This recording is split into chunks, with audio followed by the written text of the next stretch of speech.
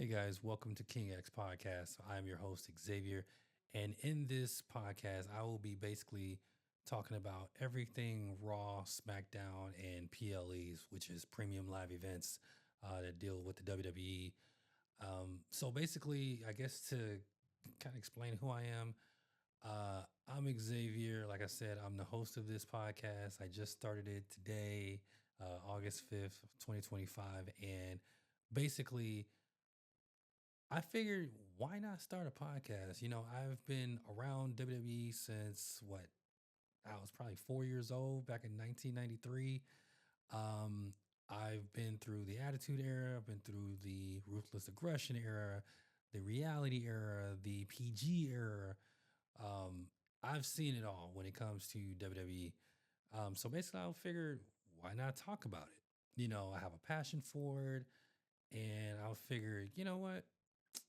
Let's go ahead and start this podcast thing. So what I'll be doing on this podcast is basically talking about everything that has to do with Raw, SmackDown, and all the PLEs. So without any further ado, let's get into it. So what I want to discuss is where WWE is right now. And if you want, we can go ahead and let's just start off with SummerSlam. When it comes to SummerSlam, so what I'm going to do is I'm going to break down, superstar by superstar storylines, where I kind of think they should take things, what I like, what I don't like, my ideas and stuff like that, things I would do or whatever. And you guys just kind of give me feedback on, what you guys think and things of that nature. So let's jump right into it. So we had night one in SummerSlam. They were at MetLife Stadium in East Rutherford, New Jersey, and we had Roman Reigns and Jey Uso versus Braun Breaker and Bronson Reed. So I understand why they did this, but I didn't like the whole Roman Reigns coming back and not really having no one to face, because I feel like when it comes to Braun Breaker and Bronson Reed, I felt like they were just throw-ins. And what confused me was Seth Rollins faking his injury. So Seth Rollins was at Money in the Bank fighting LA Knight. He faked an injury. They're saying this was like this whole, Paul Heyman had this idea that, you know what, let's fake an injury so we can cash in on CM Punk at SummerSlam. All right, great idea, but I felt like with Roman, it was kind of like, okay, where are we going with this? Why is Roman returning? I know doggone well Roman was not returning to SummerSlam for a tag team match with Jey Uso. And that's a whole nother episode with him. But that match, I gave it like a 6.5. It really didn't have any like elements to it. Didn't have no surprises to it. It was basically just a match where it was like, all right, Jay, you're gonna go in there and get your ass whooped, and we're gonna say, oh, we want OTC, we want OTC. You get OTC, he's gonna beat him up a little bit, and then surprisingly, Jay got the win. So I was like, all right, that's cool, whatever. But that match, I was just like, I don't know. I kind of wanted to see more OTC versus Seth, but I just feel like Seth's all over the place as it is. But that's kind of my 2 cents on the Roman and Jey Uso. And from here, it looks like with Raw, I don't really know where they're gonna go with this whole Roman Reigns era angle, because hell, he took 3 tsunamis last night on Raw.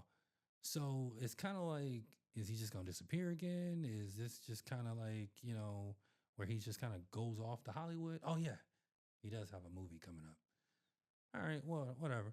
So he'll be doing that. Jey Uso is probably gonna take a couple, months off, or maybe he stick around. I don't know.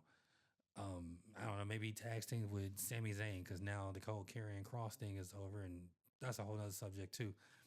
Um, So we get into the second match. Second match was Charlotte Flair and Alexa Bliss defeating Raquel Rodriguez and Roxanne Perez. I like this one. This one was good. And by the way, the women have been killing it. Let me just say that. Evolution was amazing. From top to bottom, I put Evolution top three PLE of the year. You know, you got Evolution, SummerSlam, and I'm gonna have to say Elimination Chamber. That's just me. I feel like those three PLEs by far the greatest this year. But back to the match. So Charlotte Flair, Alexa Bliss defeating the ladies of the Judgment Day, Raquel and Roxanne. This match was good. I kind of wanted Alexa Bliss and Charlotte Flair to be a tag team. I love the whole "Are we friends? Are we not friends?" Sort of angle. I like that Charlotte Flair is finally getting her just due with the fans because at first it seemed like couldn't nobody stand her, but now it's coming around. I think it's because of Alexa and this whole, I don't know, it's like a big sister, little sister situation. Match was great. I think it was, if I remember, I think Alexa or Charlotte hit Alexa. That's what it was. Charlotte hit Alexa trying to hit Raquel, and or somebody was trying to hit somebody, and basically there was a save, and we all thought that Charlotte was about to get in the ring and hit Alexa, and that's not what happened. She saves her and was like, you know what? I think she kicks Raquel, and they get the win. I don't know how Liv gonna feel about that, but at the end of the day, because she lost her title, but we'll see. And by the way, I don't know when Liv's coming back, but we definitely miss her. Um, so let's go into match number 3. That was Sami Zayn beating Karrion Kross. This match was kind of like a throw-in match. I don't know. Get Karrion Kross on the card because I think they were saying like he has a contract expired or something like that. So it's kind of like, all right, well, let's just go ahead and throw him in there and give him like his hoorah or whatever as he leaves him and his girl. Um, but yeah, that match I really didn't pay too much attention. I think I went and got up and got some wings or something. Not even gonna lie. Uh, he defeated him by using the haluva kick for the win. So big ups to Sami Zayn. I don't know where Sami Zayn goes from here. Like I said earlier, I don't know if he tag teams with Jay or maybe I I don't know. I don't know what Sammy does at this point. Match number 4. Grab some water. Match number 4, that was Tiffany Stratton defeating Jade Cargill. This one was bittersweet. This was bittersweet. On winning, I can understand it. I can understand why Tiffany won. Her reign needs to go on.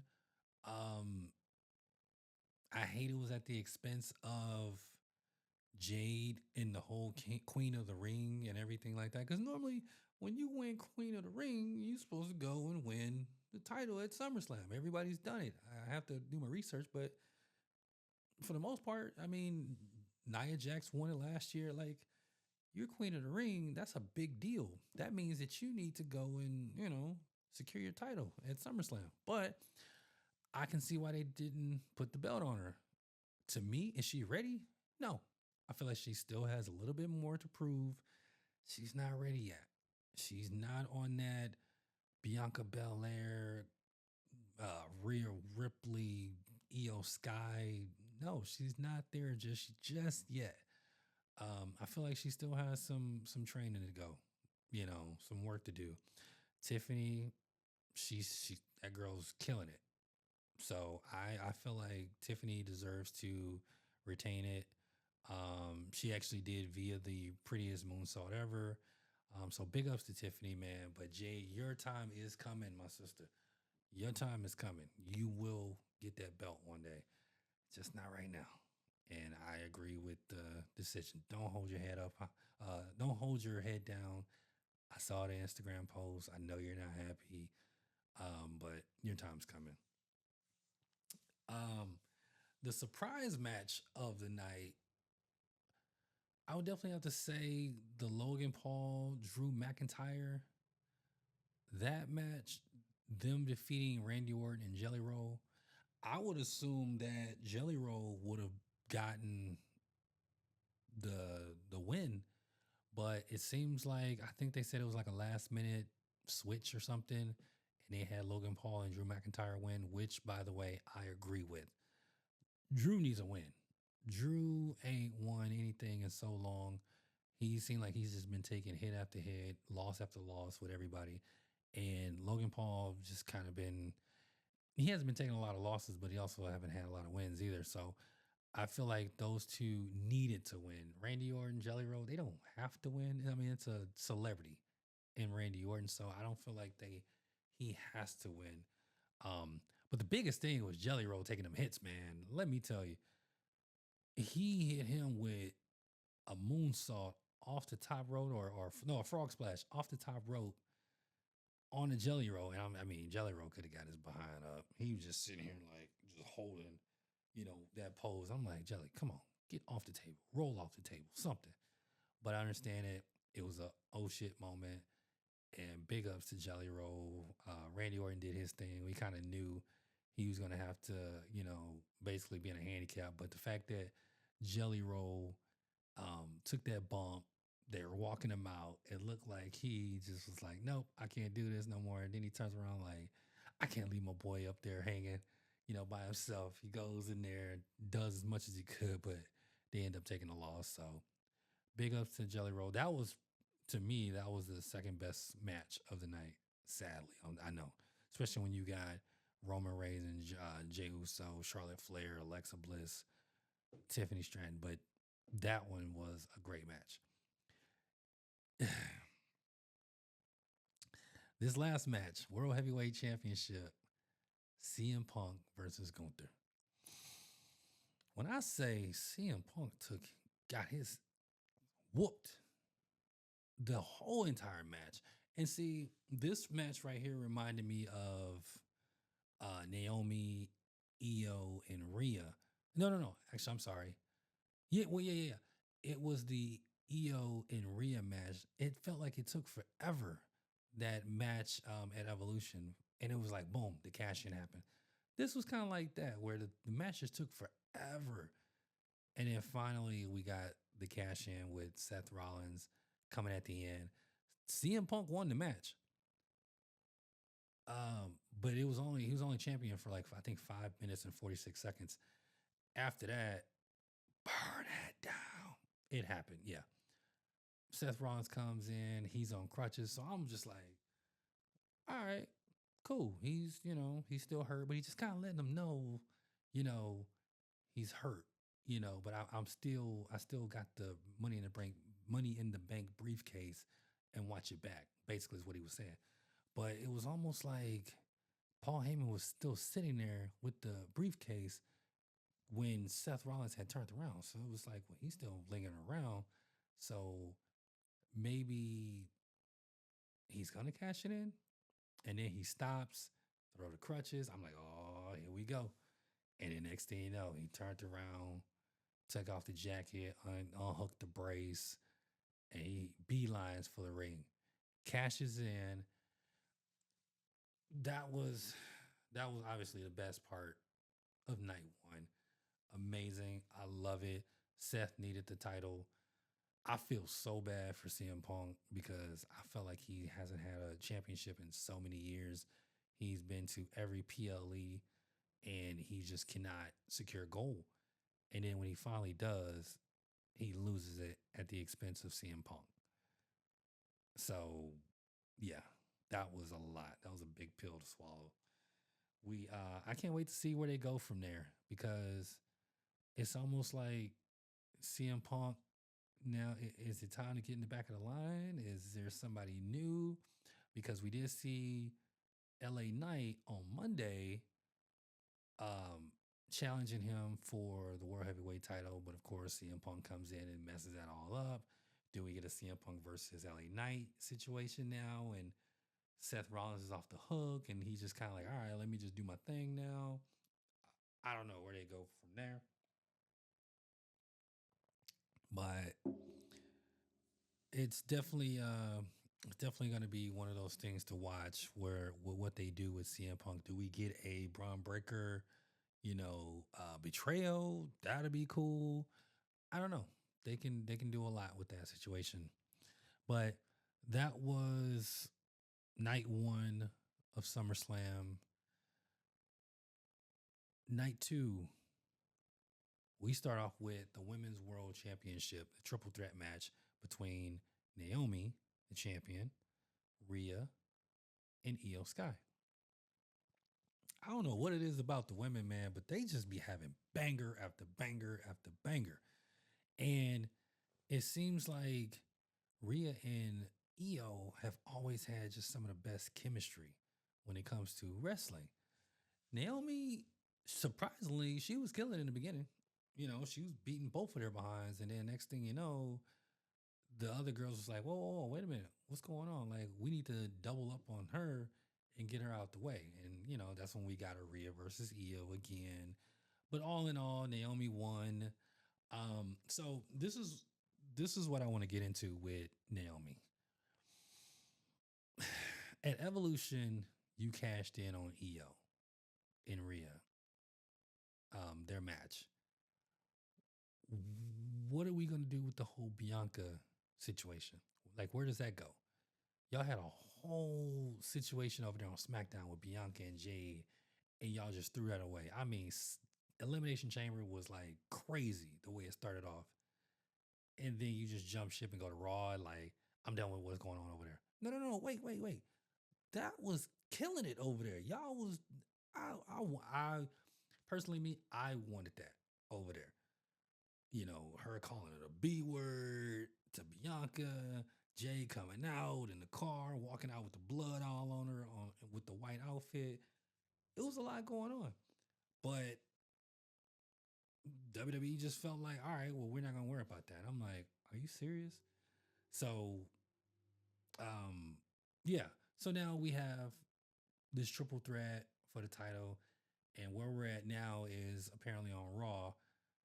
Naomi wants to fight Stephanie Velcro. I'm sorry, Stephanie Valkyra.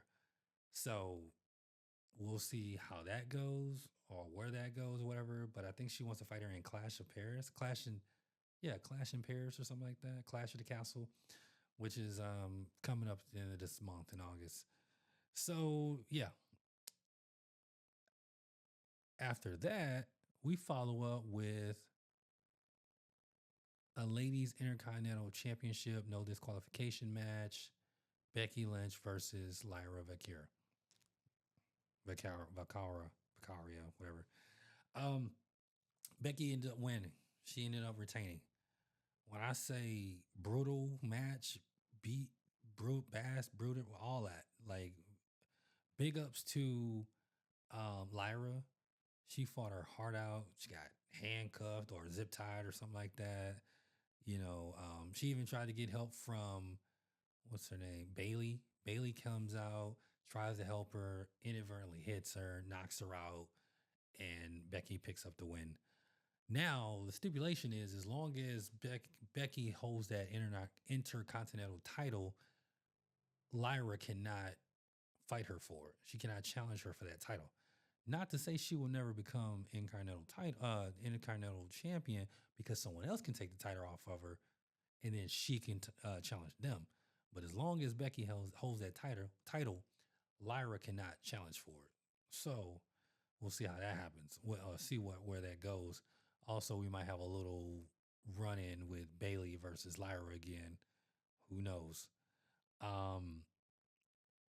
Number 3 was the United States Championship in a steel cage. Solo versus the werewolf himself, Jacob Fatu.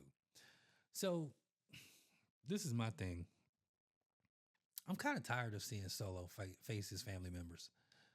It's like all they do is rinse and repeat with the Samoan family. That's it. Jacob fighting Jay, Jacob fighting Solo, Jacob fighting, one of the Tongas or the Tolas or whatever their names are. It's like, come on, man.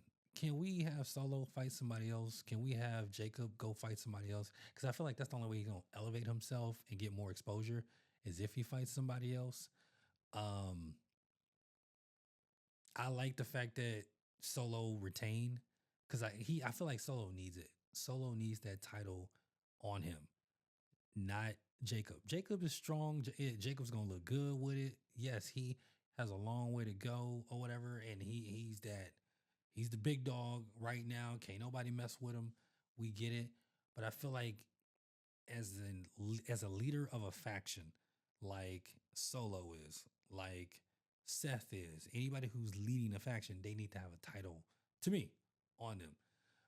Where he goes from here, because now it's like, well, you've fought him twice, but I will say the only reason why you haven't won is because you had to fight the whole goddamn gone family. So it's like, what do you do now? And Jimmy ain't really helping because he's getting his butt beat every single time he jump in the ring. So I don't know what they do with that, but I would love to see, like I said, I would love for somebody else to get brought up and get an opportunity. Maybe a Finn Balor. I know he has the tag team championships or whatever, but just somebody else to challenge Solo. Somebody else for Jacob to go after. Um, After that, we have the WWE Tag Team Championship, and this was a 6-pack ladder match, TLC match. They actually did this on an episode of SmackDown a few weeks ago, or maybe a month ago, and it was one of the matches of the year, um, with the Wyatt Six defeating the Street Profits, Motor City Machine Guns, DIY, Fraxium, Andrade, and Ray Phoenix. When I tell you car crash after car crash after car crash, that match was crazy. We had Bubba Ray and Devon in the house. We had the Hardy Boys in the house at SummerSlam watching this match. I really enjoyed that match. I mean, if they've got to put their body on the line the way they did, big ups to Candice LeRae. Let me just tell you, this poor lady, I think she tried to go up there and grab the gold for her husband, her real life husband or boyfriend or whatever she is to him. And I think it was Montez accidentally kicked somebody and they bumped into the ladder and then she took a fall. And I was like, holy sh. So big ups to Candice LeRae for taking that. But yeah, awesome match. So here's my 2 cents on the tag division. Why wasn't Judgment Day in a match at SummerSlam? Like, why didn't they fight anybody? They was literally just there. I'm like, wait a minute. Is there even a tag team division on Raw? Like, I know WWE likes to just let Judgment Day hold gold, but it's like they need to fight somebody too. They need to be at the show too. Like, it's like you got SmackDown with all of these teams, and then you just got Judgment Day. And who else? New Day? Is that it? I don't know. So that's why I'm just kind of like I'm trying to see like where are they going with this, with Judgment Day. But all in all, getting back to the topic, Wyatt Six wins, and they are the tag team champions. Number 5, Intercontinental Championship, Dominic Mysterio, AJ Styles. AJ Styles finally got his hands on Dominic, but it wasn't enough. I really enjoyed this because it was very entertaining. Um, we got to see flashes of Eddie Guerrero, rest in peace, the Hall of Famer, who used to lie, cheat, and steal his way to victory. And his his son, Dominic Mysterio, he basically was doing some lying, cheating, and stealing in the match. Dominic ended up winning this match by unzipping his boot and clocking AJ Styles over the head. Actually, after he tried to put him in a submission, AJ Styles tried to put him in a submission, and he slips out of it because the boot was loose and bow, bust him upside the head. So that was pretty cool. Um, I like that Dominic is still champion. I feel like they're trying to build Dominic up to be a global champion, like because he is Mexican. and they have the AAA and everything like that going on. He just got a huge pop last month for, interfering in one of the matches over there. So it's just like, I feel like they're trying to keep that fire on Dominic right now, and he's doing a hell of a great job, you know, with all that has been coming, with that. So number 6 and the final one, undisputed WWE Championship street fight, John Cena versus Cody Rhodes. This match right here was very intense. And I have to say, big ups to John Cena. He did an amazing job at the age that he is, keeping up with Cody Rhodes. Kick out after kick out after kick out. They took it back behind, not back. Well, yeah, they go backstage. They went in the crowd. They went underneath the Titantron or whatever you want, the stage or whatever you want to call it. They was all over the place. Trash cans was being thrown, just everything. And I was just like, wow, this is a great, great match. Now, Cody Rhodes wins this match. He beats John Cena. John Cena passes the torch over to Cody Rhodes as to say, hey, you're the face of the company. You take this on now. We got a face turn on SmackDown because he was heel all this time. So we got a face turn for John Cena, but we didn't get a heel turn like we thought from Cody Rhodes. So, whatever. Cody Rhodes kind of walks off like, all right, let him have the spotlight and do his thing. And then all of a sudden,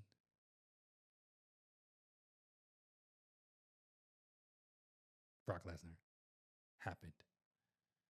Brock Lesnar happened. John Cena was about to walk out of there, and that music hit, and the crowd went bananas. They went crazy. He comes in, he circles the ring, gets in the ring, ultimately hits John Cena with an F5, lays him out, walks off like ain't nothing happened. Then John Cena finally gets that walk, up the ramp to say goodbye to the fans, for now. So that was SummerSlam. That was SummerSlam. Uh, my take on the whole Brock Lesnar thing. I know he's in a lot of hot water. I'm assuming so they say he got cleared by WWE legal or whatever.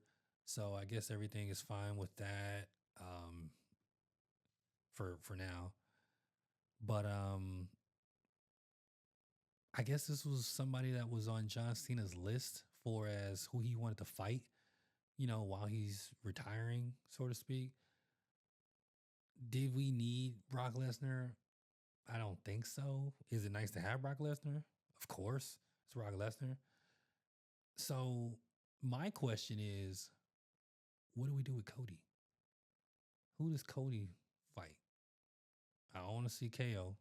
I know he has to make a return at some point, but Cody versus KO, we've had that. Cody versus Sammy, no. Jay, we know he's not gonna win, so it's kind of like, I don't think so. So right now, I don't know who's gonna face Cody, but I will say this with the whole Brock Lesnar thing, I would love after the John Cena Brock Lesnar fight for Jacob Fatu's music to hit, and he's either challenging Brock Lesnar or John Cena. That would be dope. But like I said, that was SummerSlam. I'm gonna go ahead and cut the video short now, and that is the pilot for the King X podcast. See you guys next time.